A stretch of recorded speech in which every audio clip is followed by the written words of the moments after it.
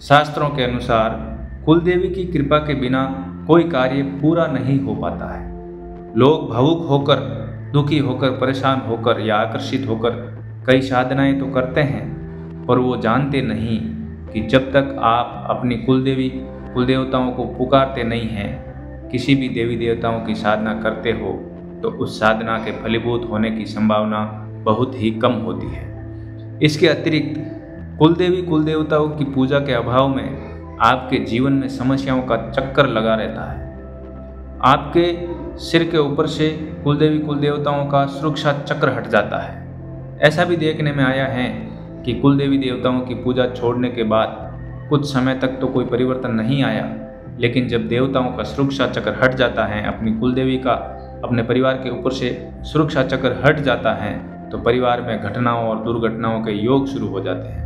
सफलता रुकने लगती है, ग्रह क्लेश बढ़ जाते हैं, उपद्रव, अशांति आदि शुरू हो जाती है और वंश आगे नहीं बढ़ पाता। कुलदेवी की कृपा के बिना आनुवंशिक बीमारी पीढ़ी में आ जाती है। एक ही बीमारी के लक्षण सभी लोगों में दिखने लगते हैं।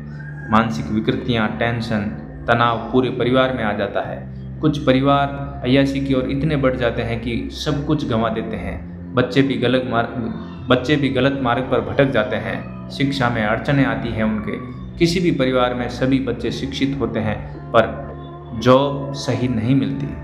किसी परिवार में सभी बच्चे शिक्षित होते हैं, फिर भी जॉब नहीं मिलती, ठीक ढंग से काम नहीं मिलता।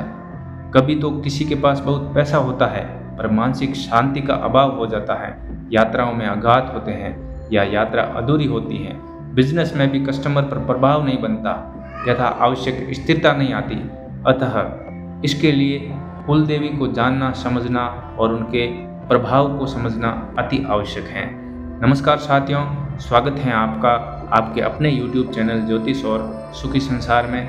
आज हम बात करने वाले हैं माँ कुल देवी।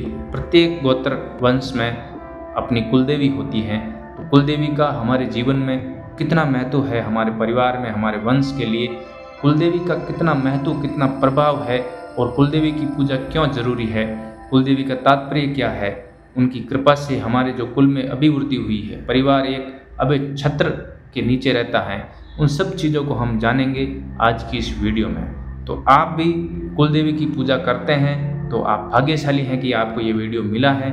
और यदि आप कुल देवी की पूजा नहीं करते, आपके परिवार में कुल देवी की पूजा नहीं होती है, तो भी ये वीडियो आपको पूरा देखना चाहिए। और वीडियो को शुरू करते हैं उससे पहले आपसे एक छोटी सी रिक्वेस्ट है कि आप इस चैनल को ज़रूर सब्सक्राइब करें ताकि आपको अच्छी वीडियो मिलती रहे।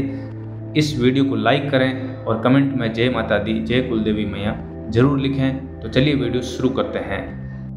आज भारत के बहुत सारे परिवारों को अपने कुल देवी देवताओं के बारे में जानकारी नहीं है। इसके कारण वे अपने कुल देवी देवताओं की पूरी साधना पूजा नहीं संपन्न कर पा रहे। परिणाम स्वरूप ऐसे लोगों के जीवन में नकारात्मकता का भाव बढ़ता ही जा रहा है। हर एक जीव पूर्व संचित कर्मों के प्रारब्ध स्वरूप अगला जन्म धारण करता है और नए कर्मों से आगे की यात्रा तय करता है। कर्म करने के लिए मनुष्य स्वतंत्र है, पर एक शक्ति है जो जीव को सत्कर्म करने और आगे की यात्रा सफल बनाने के लिए हमेशा मार्ग दिखाकर सही रास्ते पर रखती हैं। वो है कुल देवी, अपने कुल देवता, इष्ट देव। प्रत्येक हिंदू परिवार किसी न किसी देवी देवता या ऋषि के वंशज से संबंधित है। उसके गोत्र से ये पता चलता है कि किस वंश से संबंधित है।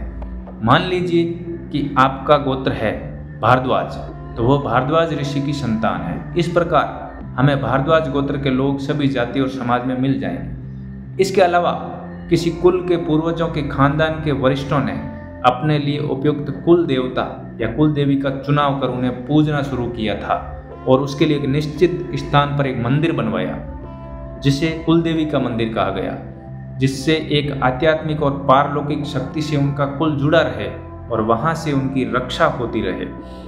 किसी भी कुल में आत्मा यदि आपके परिवार में, आपके वंश में जन्म लेती है, तो उस आत्मा उस कुल के देवी देवताओं की अनुमति के बाद ही जन्म ले सकती है और उनकी सदैव उस पर कृपा बनी रहती है यदि वह उसका पूजन करता है। तो जिस ऋषि गोत्र के पूर्वजों ने वंश वृद्धि और उन्नति के लिए जिस पारलौकिक शक्ति की पूजा की हो, वो पीढ़ी दर पीढ़ी उनके रक्त में कुल देवी के रूप में सदैव वास करती है। कुल देवता और कुल देवी सभी के अलग अलग क्यों होते हैं? इसका उत्तर यह है कि कुल अलग हैं तो स्वाभाविक है कि कुल देवी देवताओं भी अलग अलग ही होंगे।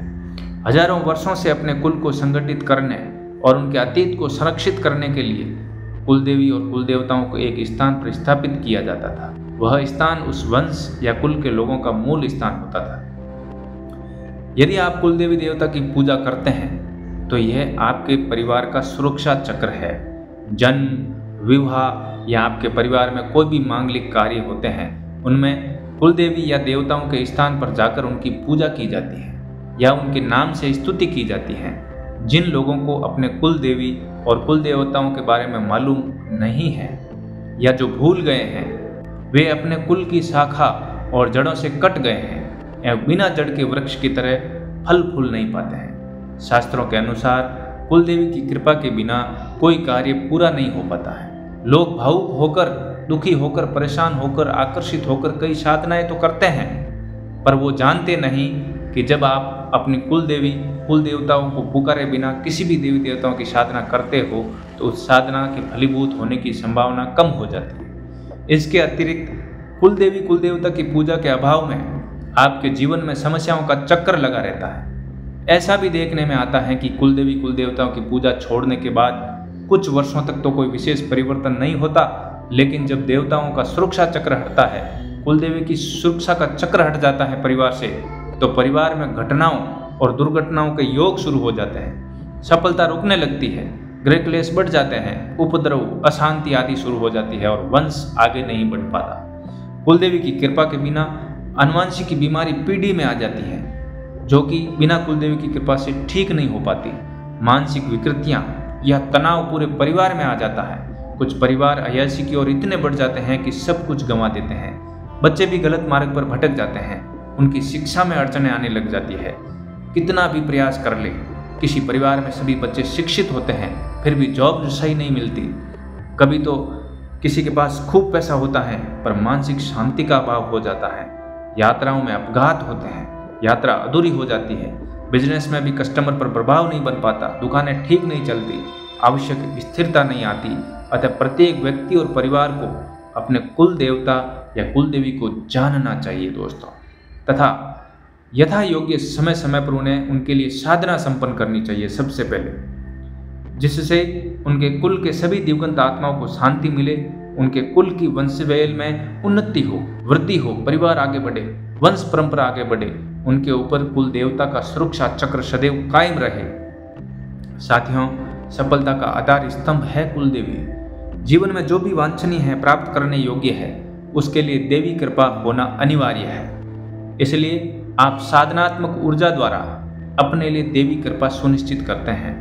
यही कारण है कि आप साधनाओं को संपन्न करते समय अपना पूर्ण परिचय देते हैं, जैसे कि अपना नाम, गोत्र, ग्राम और दिनांक बताते हैं पूजा के समय, क्योंकि आप उस असीम सत्ता के दरबार में, अपने कुल देवी कुल देवता के दरबार में आप अपनी उपस्थिति रजिस्टर्ड कराना चाहते हैं।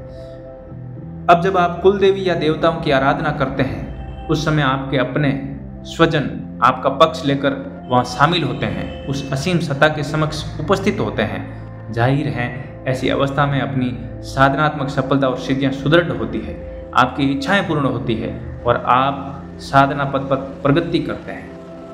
आपकी पहचान है कुल देवी देवता।